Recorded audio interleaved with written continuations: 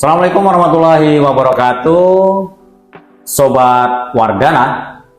Kali ini kita kedatangan tamu spesial, anggota komisioner KPU Kabupaten Belitung Timur, Divisi Sosialisasi Pendidikan Pemilih, Parmas dan SDM, yang akan berbincang-bincang bersama kita di podcast Wargana tentang tahapan Pilkada serentak tahun 2024. Selamat datang Ibu Asrikah M. Ikom ya. Selamat datang di RW 04 Tapak Ampit. Kita akan berbincang terkait dengan tahapan yang sudah sedang dan akan berjalan pemilihan kepala daerah tahun 2024 yang meliputi pemilihan gubernur, wakil gubernur, pemilihan bupati, wakil bupati serentak se-Indonesia yang akan dilaksanakan di tanggal 27 November. Sampai sejauh ini nih, boleh diceritakan nih tahapan yang sudah dan sedang akan berjalan terkait dengan pilkada serentak ini. Oke, siap. Terima kasih. Ini kita sapa dulu Pak RW ya.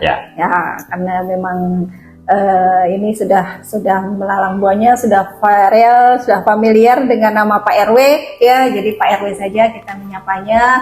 Terima kasih atas kesempatannya Pak RW. Mungkin saya sedikit menyapa ya teman pemilih untuk Belitung Timur. Selamat siang, salam kenal. Saya Afrikah ya, dari anggota KPU Kabupaten Belitung Timur, Ketua Divisi Sosialisasi Pendidikan Pemilih, Parmas dan SDM.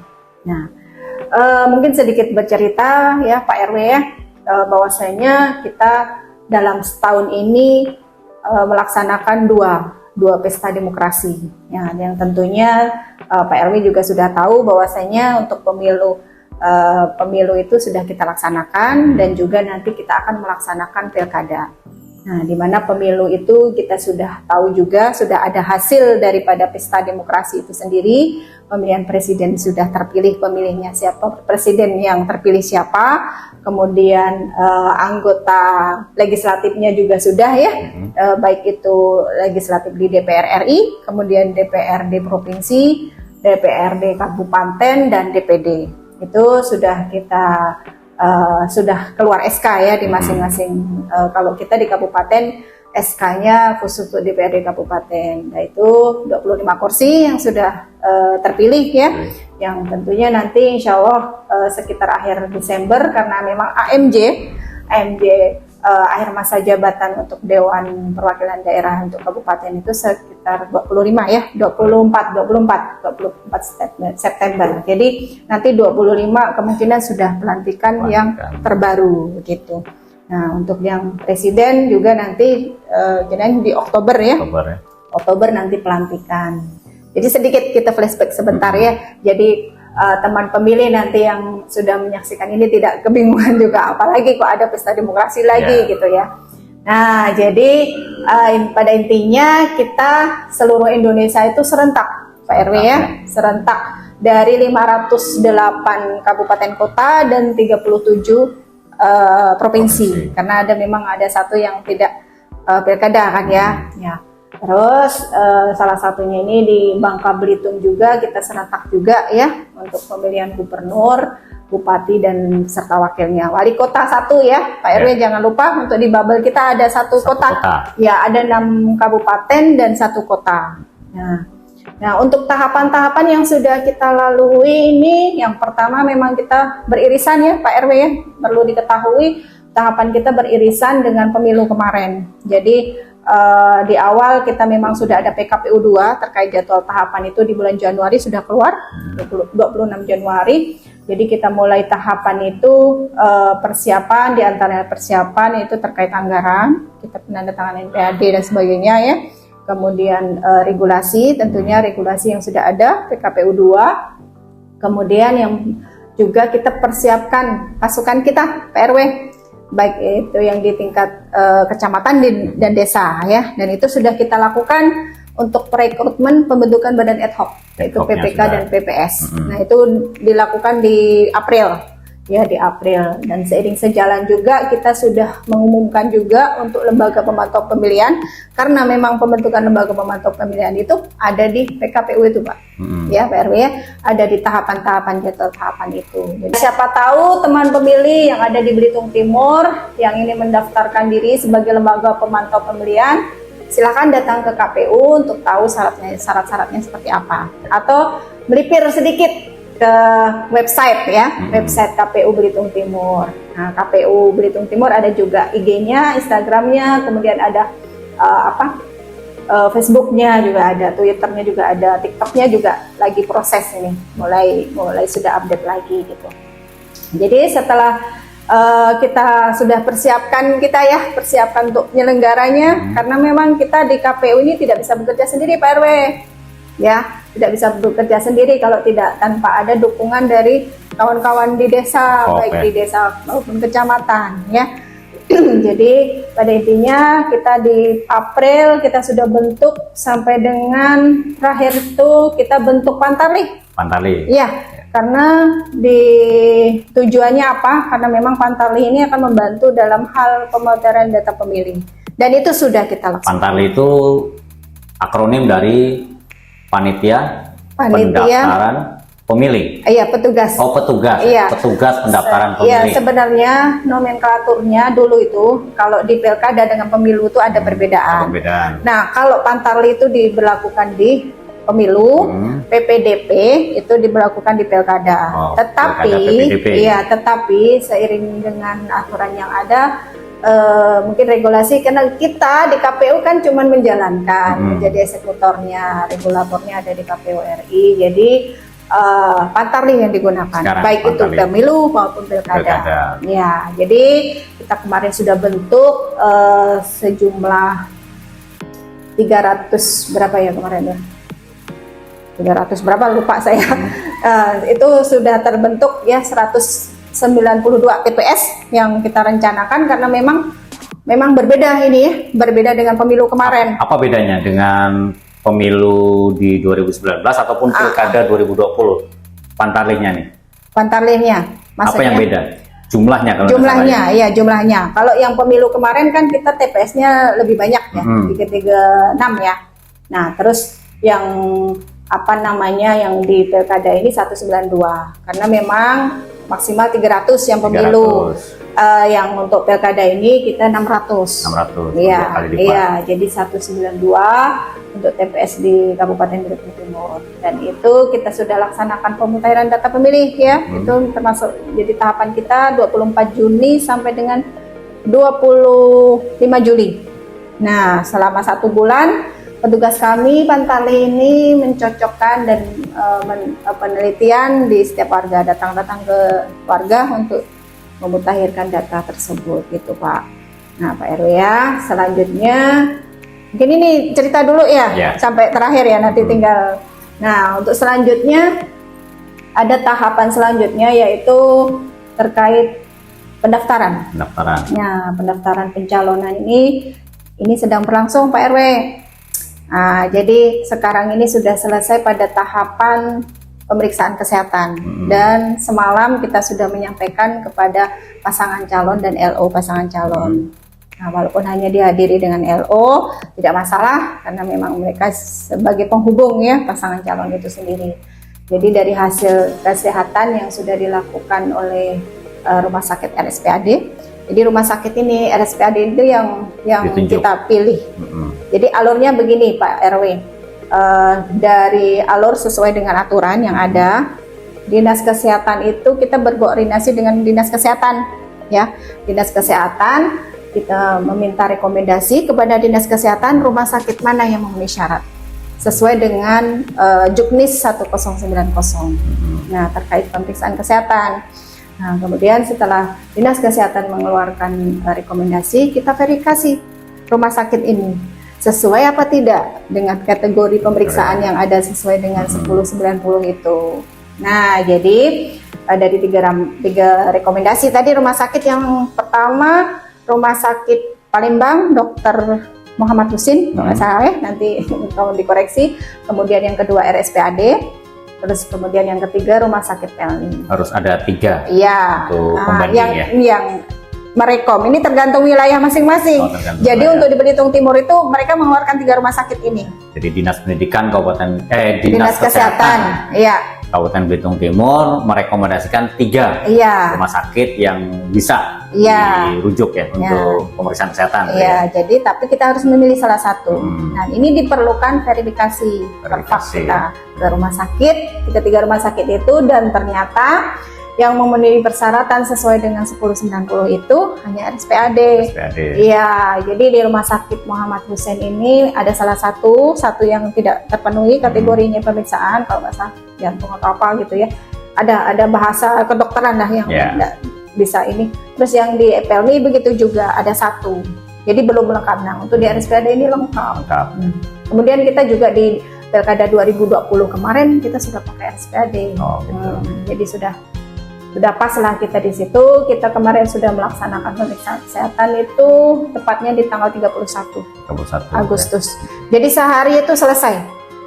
Pemeriksaan kesehatannya. Sehari itu selesai sampai dengan penyampaian hasil dari tim dokter, tim medis yang ada di RSPAD itu. Nah, jadi semalam, setelahnya kita pulang menyampaikan hasil itu ke ke LO dengan pasangan calon. Jadi istilahnya bahasa di kedokteran itu yang kita terima dari RSPAD itu hanya tertera mampu dan tidak mampu. Gitu. Dan alhamdulillah 2 pasangan calon ini mampu. Jadi ada 2 pasangan calon yang sudah mendaftar ya? Iya, jadi ya tadi terlewat ya terkait pendaftaran ya. Nah, jadi itu sudah selesai. Tinggal kita sampaikan bahwasanya yang 2 pasangan calon ini memenuhi syarat. Mampu menjalankan tugas sebagai calon bupati dan wakil bupati begitu. Jadi memang pendaftaran itu kemarin sepir waktunya itu sedikit ya, pendek ya. Dari 27 pengumuman 26 pengumuman pendaftaran, kemudian 27 sampai 29 pendaftaran langsung request pemeriksaan kesehatan. Setelah itu ditetapkan itu untuk hasilnya. Sambil proses nunggu penetapan. Iya, sambil sekarang proses verifikasi administrasi. Itu kan proses jalan juga, ya, karena memang dokumen-dokumen ini harus diverifikasi betul tidaknya, keabsahannya seperti apa, gitu kan. Nah, jadi seiring sejalan untuk didata juga berjalan juga ya, dari tanggal 18 sampai 27 kemarin setelah kita penetapan DPS itu kan ada masa tenggang itu untuk tanggapan Tangmas itu, tanggapan masyarakat dari 18 sampai 27 Agustus. Nah, itu kita tampung, siapa tahu ada yang belum terdaftar di DPT atau di dalam proses Tangmas itu ada yang meninggal belum diakomodir atau belum disampaikan dan sebagainya. Nah, itu sudah selesai. Sekarang sedang proses persiapan menuju DPT. Jadi proses dari Pantarli, datanya diolah, kemudian disampaikan ke PPS. Ya, berjenjang dari PPS, Pleno kan, PPK, Kabupaten, KPU, baru provinsi, muncul sampai selesai provinsi. Daftar pemutahiran hasil sementara DPS, PSHP, dan sekarang akan menuju ke DPT. Sudah dilakukan pendataan pemilih nih. Pendataan pemilih oleh Pantarli. Ternyata nih, apa yang bisa diupayakan oleh warga Belitung Timur yang sudah memenuhi syarat tentunya untuk bisa memastikan, dan ini harus dipastikan nih, warga itu harus dipastikan mempunyai hak pilih nanti pada saat 27 November nih. Apa yang bisa dilakukan warga? Ya, baik. Jadi kemarin DPS terakhir itu kan berjumlah 96532 ya. 96532.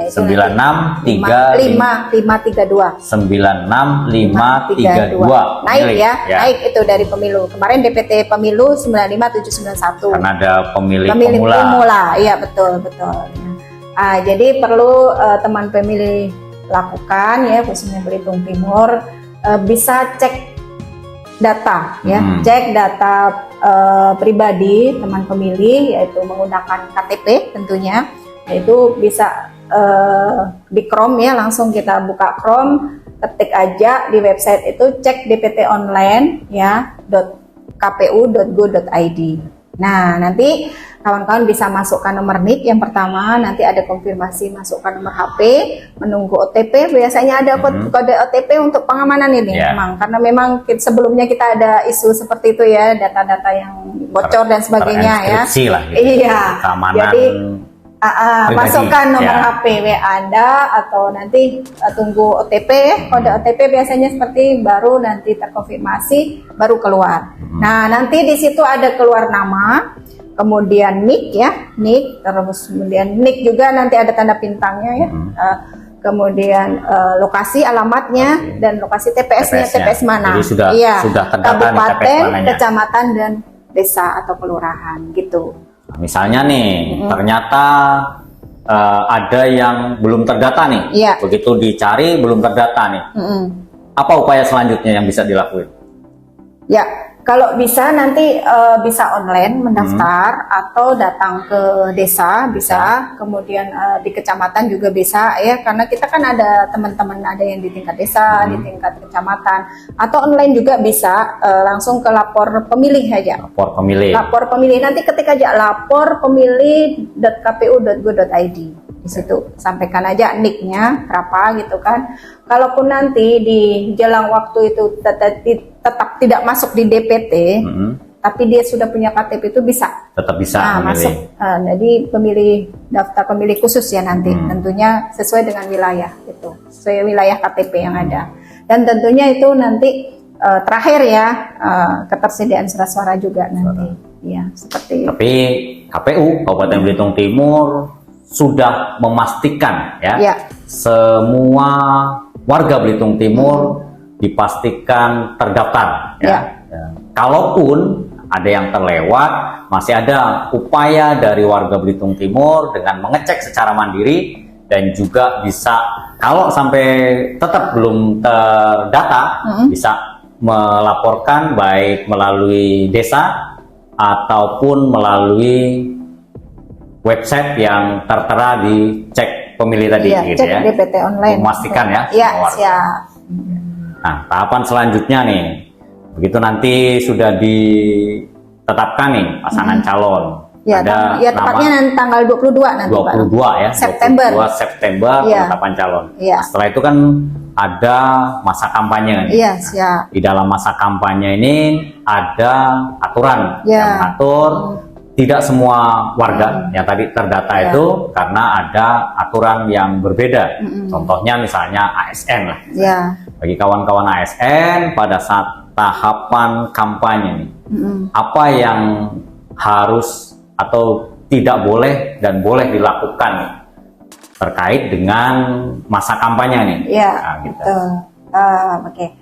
Jadi nanti ini di 22 September 2024 kan kita tetapkan ya pasangan calon, dan nanti diikuti dengan pengundian nomor urut ya. Selanjutnya nanti kita ada juga agenda deklarasi ya, dan nanti untuk tahapan kampanye ini dari 25 September sampai dengan 23 November. 25 September 2 bulan ya. 2 bulan ya. Ya.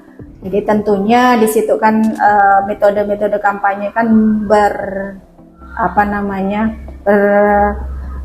beragam ya. Ada metode pertemuan terbatas ya, kemudian ada metode penyebaran bahan kampanye dan sebagainya. Media sosial juga ada ya. Nah, ini yang tentunya perlu diperhatikan untuk kawan-kawan ASN ya, kemudian terutama juga sebagai penyelenggara juga ya, perlu kita kita bikin rambu-rambu kita sebagai rambu-rambu kita sendiri, bahwasanya kita harus bersifat netral. Nah, terutama ini penyelenggara dan ASN ya. TNI dan Polri juga ya. Kalaupun kita mau mendengarkan visi misi dan program pasangan calon, boleh-boleh saja, itu sah-sah saja. Ya itu bukan larangan, asal kita jangan misalnya kalau suka bertepuk gitu, nah itu kan menandakan ya. Jadi terus atau mungkin pada waktu mereka kampanye di media sosial kita like gitu ya, nah itu kita tahan diri dulu lah, nggak apa-apa, kita wait and see aja, melihat dan menunggu, menyimak saja ya. Oh, ini bagus gitu untuk kita aja ya, untuk kita aja. Itu juga penyelenggara kita aja gitu. Jadi intinya kita sah-sah saja. Kalau saya pikir kalau untuk kita mendengarkan mereka berkampanye, mendengarkan visi misi mereka, program-program mereka, kita sah-sah saja. Bagaimana kita akan tahu juga kalau kita tidak boleh mendengarkan, nggak boleh mengikuti kampanye mereka gitu. Cuman perlu perlu ditekankan bahwasanya kita harus bersifat netral aja, jangan istilahnya jangan keberpihakan gitu ya. Iya, keterpihakan juga, jangan menandakan kalau kita tuh dukung ini dukung itu gitu kan. Salah satunya di media sosial itu harus tahan diri, jari jemarinya itu gitu. Jadi harap ya kalau pas di lapangan gitu jangan ikut bertepuk, nanti kalau di foto sama orang gitu kan gitu. Mendengarkan nggak apa-apa, mendengarkan kan. Jadi boleh melihat visi misi para calon, tetapi harap berhati-hati ya. Hati-hatinya di mana? Kalau ada misalnya rambu-rambunya, ada sekitar rumah misalnya ada kampanye, ya cukup didengarkan saja. Kemudian kalau ada kampanye melalui media sosial, karena kita juga pengguna media sosial aktif gitu ya, harap berhati-hati jangan sampai terekam gitu ya, terekam, like, subscribe, atau komen di lamannya yang terindikasi kampanye, karena itu akan ada aturan ya, dan juga biasanya nanti ada mekanisme tersendiri yang akan dihadapi oleh tadi si pelaku tadi. Kembalikan jadi, nanti hati-hatiannya gitu ya. Betul, nanti kembali ke kawan-kawan Bawaslu juga dalam hal pengawasannya seperti apa kan. Nah, kalau kita sih dari KPU sendiri menyampaikan himbauan ya. Iya. Tapi kalau sampai pun terjadi berarti ada ranahnya kawan-kawan dari Bawaslu dan jajarannya ya untuk menindaklanjuti. Jadi sambil harap berhati-hati ya, silakan. Boleh itu. Nah, lanjut nih, terkait dengan apa sih bedanya Pilkada 2020 dengan Pilkada 2024? Ada yang beda? Iya, betul sekali, sangat-sangat beda ya. Kalau di 2020 itu kondisi dalam bencana non alam ya, yaitu COVID-19. Nah, itu sangat-sangat terbatas gerak-gerik kita. Semua yang sudah kita anggarkan banyak sekali yang tidak terpakai ya sayang kembali, tapi kita kembalikan juga ke kas daerah ya. Nah, karena memang ini keterbatasan juga, kemudian kita pada waktu sosialisasi audiensinya peserta harus dibatasi, tidak boleh banyak dari 50 kan.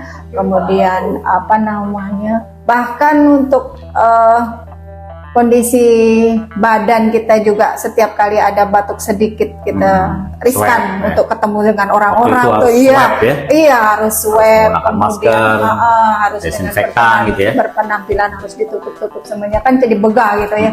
Jadi banyak sekali perbedaannya gitu. Tapi alhamdulillah sih aman ya untuk Belitung Timur, alhamdulillah aman karena memang kondisi ini lambat laun juga apa yang menjadi regulasi ya kita jalankan aja lah. Jadi perbedaannya di situ itu dari sisi antisipasinya ya, antisipasi penyelenggaraan. Tapi kalau tadi bedanya pada saat Pilkada 2020 TPS dibatasi, tadi alasan kesehatan 300. Sekarang satu TPS maksimal 600. Yang kedua jumlah ad hoc-nya, KPPS-nya masih sama. Iya, kali aja 192 kali 7. Oh gitu ya? Iya, kan setiap TPS tetap 7 ya? Tetap 7. Sama sih yang 2020 tetap sama. Kemudian 2020 satu pemilih dapat satu surat suara. Iya. Kalau sekarang dua surat suara karena harus memilih gubernur. Iya, betul. Atau bupati dan wakilnya gitu ya. Jadi ada 2 surat suara yang nanti akan diterima pemilih di TPS gitu ya. Jadi teman pemilih ya jangan lupa tetap diikutin lah ya, ikutin informasi yang ada di laman KPU tentunya, karena memang nanti kan kita bisa update siapa sih nanti gubernurnya, karena kita kan ada 2 pemilihan nih, gubernur sama bupati. Yang jelas untuk bupati ini ada 2 pasang ya, 2 pasangan calon, dan begitu juga gubernur. Yang saya tahu itu 2 pasangan calon juga gitu. Jadi jangan lupa nanti dapat 2 surat suara di TPS ya. Dan betul. pastikan dulu tadi harus dipastikan terdaftar dulu. Kalau enggak terdaftar diupayakan. Jadi bisa menghubungi lapor di PPS secara berjenjang, kemudian bisa secara mandiri menghubungi laman lapor pemilih dipastikan. Ada juga itu. Nah, nanti selain itu masukkan dokumen juga. Kalau kita ada identitas, masukkan dokumen. Kalaupun tidak ada, masih ada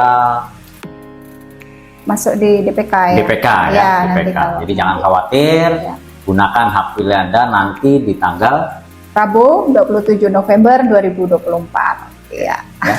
Mungkin itu dulu. Iya, siap. Nanti silahkan teman-teman pemilih memastikan dirinya untuk terdaftar dulu supaya punya hak pilih di TPS tanggal 27 November 2024. Terima kasih atas waktunya. Sama-sama. Di sela-sela kesibukannya Ibu Asrika M. Ikom yang selaku anggota KPU Kabupaten Belitung Timur sudah berkenan mampir di podcast Wardana. Ngomong-ngomong Sampai sedikit. ketemu. Ngomong-ngomong sedikit, Pak RW ini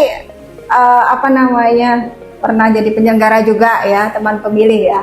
Jadi kami dulu sama-sama berjuang, berjibaku mengawal demokrasi, berawal dari relawan demokrasi ya Pak Ruah ya. Kemudian Pak Ruah ke PPK, Panitia Pemilihan Kecamatan. Dan jadi kita sama-sama pernah berpengalaman lah. Jadi tentunya Pak Ruah ini lebih ini juga lah, lebih tahu, lebih paham juga terkait pemiluan. Mungkin itu.